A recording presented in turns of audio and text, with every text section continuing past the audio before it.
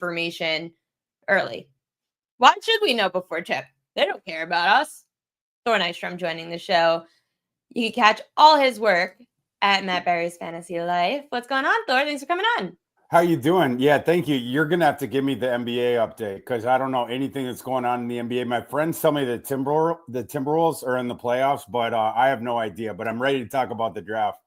Yeah, we need to talk about the draft because I'm very intrigued by betting the draft. It's changed a lot over the last few years. Now, I bet the draft when it was our Super Bowl in 2020. It was a ton of fun because we had a ton of markets. The books needed money. The books wanted action. We had nothing going on in COVID. Now, the books have just completely taken everything from us, Thor. How have you been able to dissect the market? It's first of all, that's a great point. And second of all, I have to make mine about the Zoom draft. I missed the Zoom draft. I stand by the Zoom draft. I wish we could have the Zoom draft more often, the one that we got during COVID. It was super fun. And you're mentioning all the different props, made it nice as well. But bring back the Zoom draft. I love that. We should. I just feel like, too much information to be leaked. The GMs probably hated it. For sure they did. Yes. The war room's kind of cool. I mean, I would love to be in a war room one day. That'd be the spot. That would definitely be the spot. But yeah, we had Cliff Kingsbury in his magazine, spread, and they showed him. Who had the dog? Oh, it was Bill Belichick with the dog. That was Belichick with the dog at the computer. You had Mike Zimmer was in some kind of hunting lodge. It was like he was in the middle of Jumanji. It was like with all the animals around him, and it was a crazy draft. A lot of, and then you had Uncle Roger Goodell drinking down in his den on live TV. So it was something. The Godfather, Roger Goodell, in his fireplace basement. It was pretty epic. I feel like Shedeur Sanders and the whole Sanders family at this point, even if it was COVID, would have thrown some kind of party. Definitely.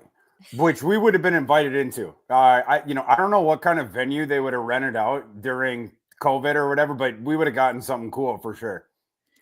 We'll see if it's cool wherever he goes in the draft because I'm looking at BetMGM, and for Shedeur Sanders right now, the favorite is still the Steelers at plus 150, then the Browns, the Giants, the Saints, the Raiders. Of course, he's one of the biggest names in the draft.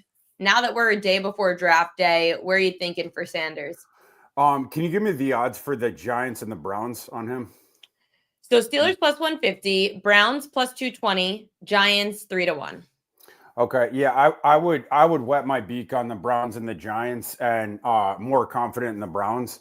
But the Browns also got eyes for Jalen Milroe, so that's sort of my hedge there. But they have plenty of ammo. They are going to move up from their second pick for a quarterback. Might just be a slot or two for Milroe if that's the way it ends up going. But I sort of think that the Giants and the Browns are going to come out of this thing. One of them with Shedeur, one of them with Milroe. I've been getting told about the Browns' possibility with Shedeur going back to the combine. Like if they take Hunter 2, then he starts falling into the teens. They have all this draft equity. They're going, they've done deep work on the quarterbacks. Like watch out for them to make a swing up. But they also like Milroe. They never considered taking the quarterback in the 2 slot, but they're pretty interested in this quarterback class. And I think they got a couple different options. Dable, switching over to the Giants now. Dable, in his system, Shedeur would be a really good fit. I don't know that Milroe is as good of a fit. I know the system Milroe is a fit for. In fact, it's the only system we know he's a fit for. It's the Browns system because the offensive coordinator is Tommy Rees, Alabama's offensive coordinator in 2023. But as far as Shedeur Sanders goes, he is a really good fit for Dable's offense, because of the quick timing accuracy concept, short and intermediate.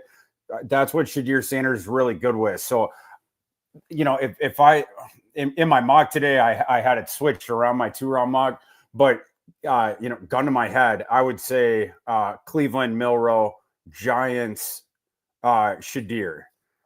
So are you thinking over 2.5 quarterbacks in the first round? I am, yeah. Yeah, I've switched off of that. And if I can get the alternate market where it's over 3.5, I would be curious what the odds are on that, because that might be worth a sniff as well. Yeah, I'm hearing a lot of people thinking that we're going over 2.5 also. I wish I memorized this prop board, but I'll go to the wide receiver market because that one still looks somewhat bettable. I've heard from a few people that they've got the wrong receiver favorite at McMillan. Matthew Golden's plus 135, Ekbuka 20-1. So it's really just, is it Matthew Golden going number one wide receiver? If it's not Travis Hunter, we're taking Travis Hunter out of this. Right. Yeah, for me, the golden bet there, he would have to be at 2-1.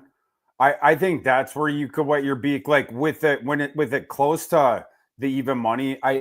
I do think it's going to be McMillan, but I think Golden's got a shot. But I again, I couldn't wet my beak on that unless I was getting 2-1. And I also couldn't bet McMillan probably where his odds are right now. But yeah. When it comes to getting with all the trades that go on during the draft, that's where it gets really tricky with betting the draft and having to figure out who's trading to where, if there's going to be any.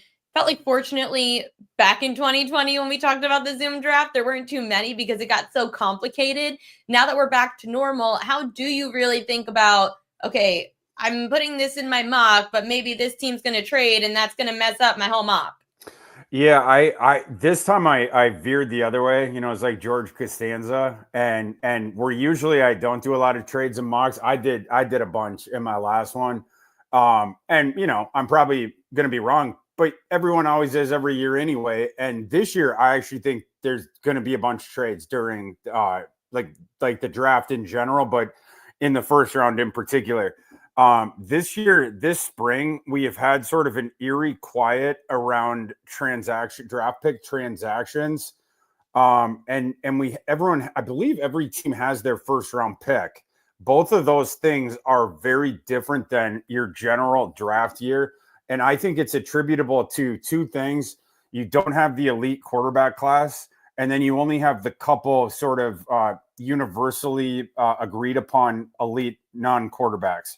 Right. And so, in other words, you have less sure, spots on the top of the board. You're filling out your bingo card of your mock draft. You have less free spots. Right. And I think for NFL teams, the way that manifests is there's way more paths that this thing could go. Right. Like if there isn't which is why it's so frustrating. They took draft position props away from us at most books. Annoying as heck. Yeah, and I can't go on the domestics. I can only go off. I was talking about this with someone last night or the night before.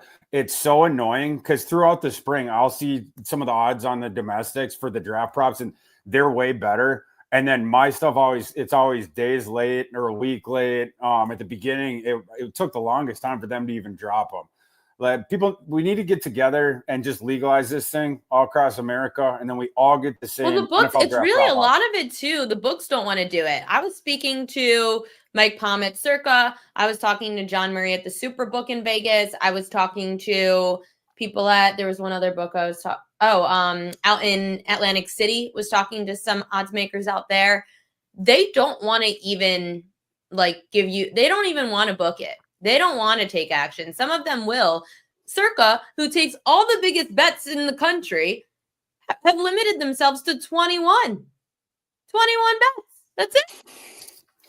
It's pretty interesting. But yeah, I mean, it's a market where you can get information, of course. And obviously their fear and probably something they've experienced in the past is someone who gets word and then goes and lays the hammer. So yeah, I mean, I feel like we get so much information the weeks leading up. That's when you have to look to place your bets. Today into tomorrow, I don't believe anything. For sure. Yeah, I mean, we got some wild stuff floating around, right? What's the most wild thing you've heard? People want to make Tyler Shuck a first rounder. It's like I spent the 6 years before last year. I spent with Tyler Shuck. Right. Tyler Shuck, a 3-year bust at Oregon. They wanted him to be Justin Herbert. He wasn't Justin Herbert. They benched him after 3 games. So that was 3 seasons. Then at Texas Tech, it was 3 seasons. Then it was season-ending injury after season-ending injury. And then in his 7th year, he breaks out for Jeff Brom, who's this super underrated quarterback whisperer in this advantageous offensive system. It's like, great, you stayed healthy for 1 year, and you played well for the quarterback whisperer. This guy now is a 26-year-old. Now he's a first rounder. Get out of here. So that's probably the craziest one. There's been some crazy trade ones bandied about, but I actually think we're going to see some crazy trades. I think we're going to see some like big swings up. Both. Well, one team that was exploring it is the 49ers. A move up. The 49ers got all kinds of ammo. They're one to monitor. The Bears, that one's come out today. They don't have as many picks like in the aggregate, but of course they have 10, and then you have two. I believe top 51. They have, it's like 49 and 51. They have two in the second round that are like right next to each other.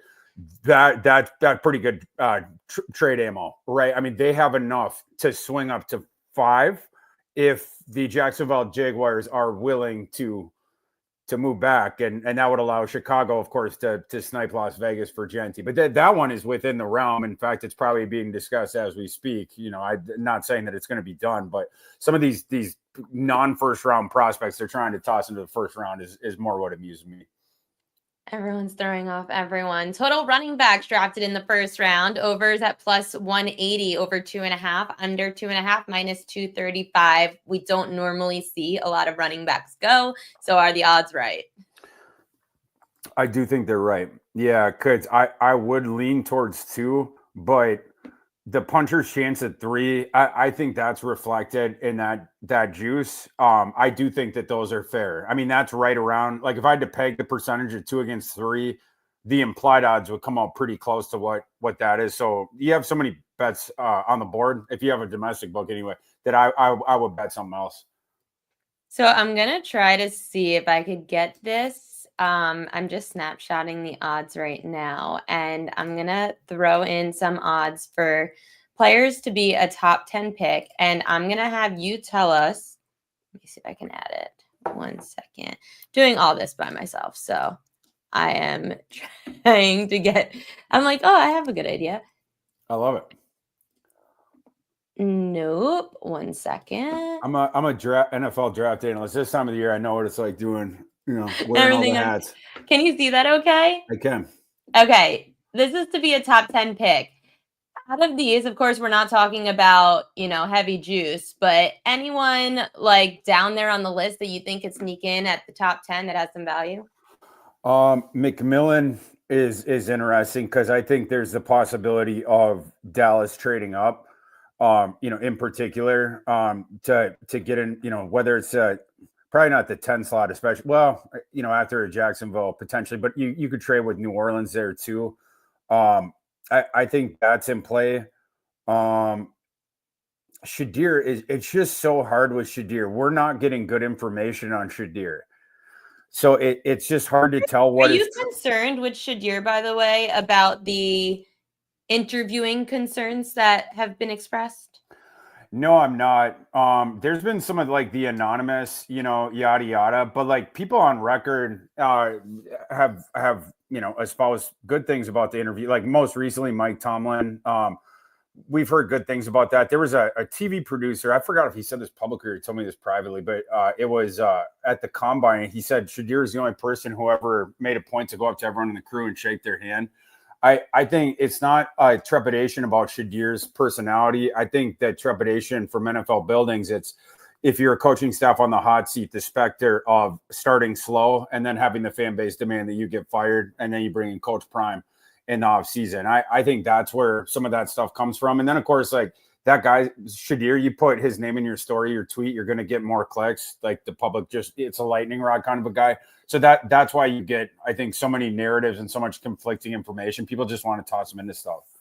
Yeah, and the teams who want him probably also want people to make him look bad, and then they go grab him. Is there a team that, the one thing that we can bet is the position of the first player drafted by each team. Oh, yeah. Is there a team that you like or a few that you like for sure on the position they'll draft? Oh man, I bet it was either last week or the week before. I bet a ton of these. Well, it's the only fun market that we could really bet anymore. Yeah, I'm looking through my tickets right now. All right. Now I don't know what the odds are there, so maybe I'm going to clown myself because I'll say the odds that I got them at, and they're not as good anymore. But a couple of so these were, let's see. Oh, I think this was exactly a week ago. Seahawks first position drafted. I had wide receiver plus 375. 4-1 still out there. Okay. Well, I'd take that too. I think they're in play if Golden gets there because and especially if McMillan does, but they need a boundary receiver. You have the two slots, right? You have JSN, you have Cup. They could use a boundary receiver. I know the idea is they'll go offensive line.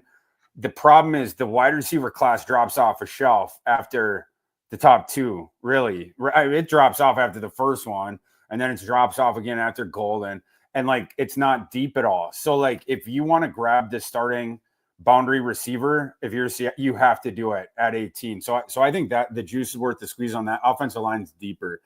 I did 49ers plus 1,500 to draft a tight end because I've been told how much they like Tyler Warren. Doesn't mean they'll be able to swing up to get him, but they do have the draft equity, like I was mentioning, to swing a trade up. Let's see, I did Tampa Bay Buccaneers plus 165 linebacker.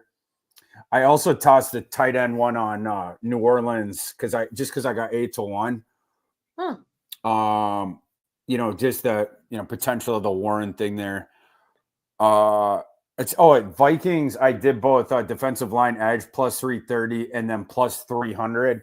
I think do you have the odds for the Vikings up right now with their positions? Yeah, so the Vikings, you can get a corner at 2-1, safety at plus 250, defensive line plus 350, O-line plus 375. You want me to keep going?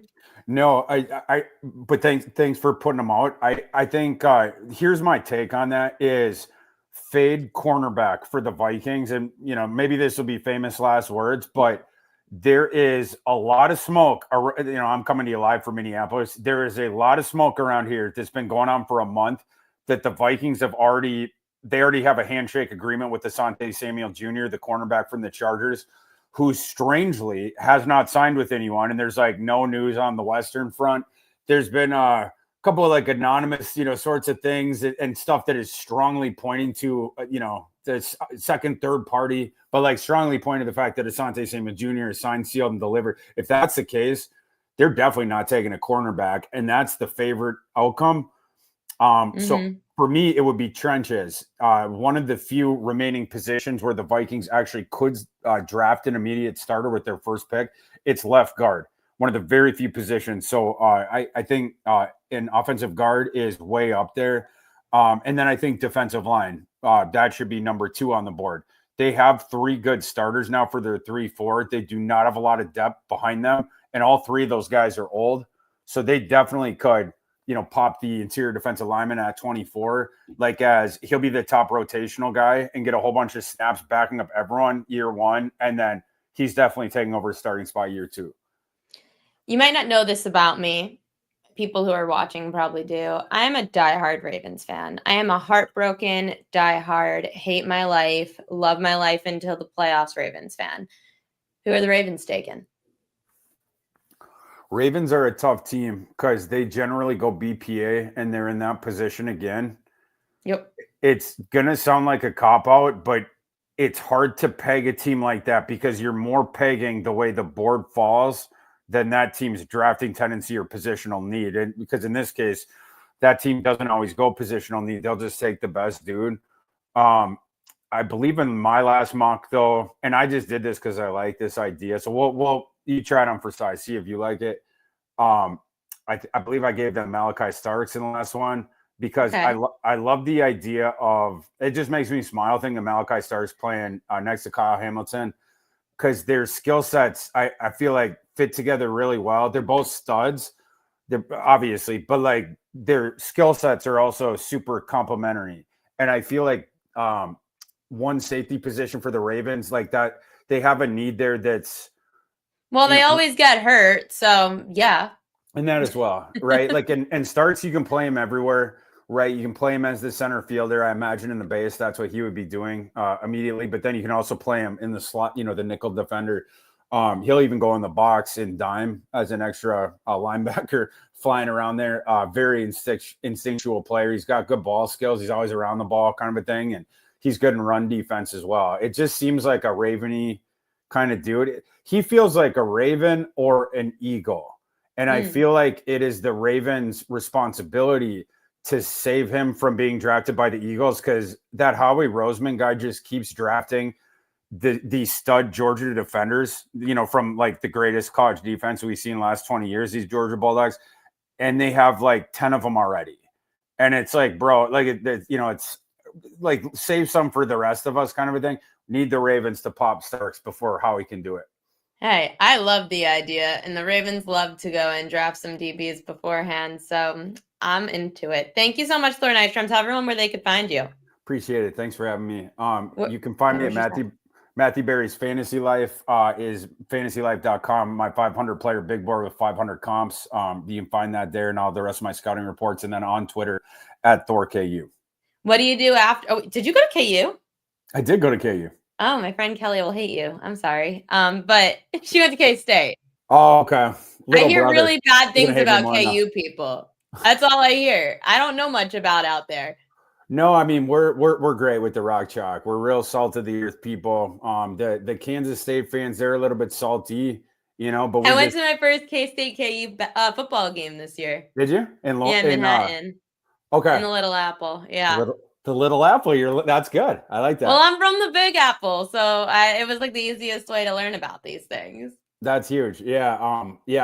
I've never actually been to Manhattan outside of just driving by it, but like an undergrad, saw plenty of those Kansas State teams coming to Lawrence, and we always had a good time. That was back when Ron Prince was the coach.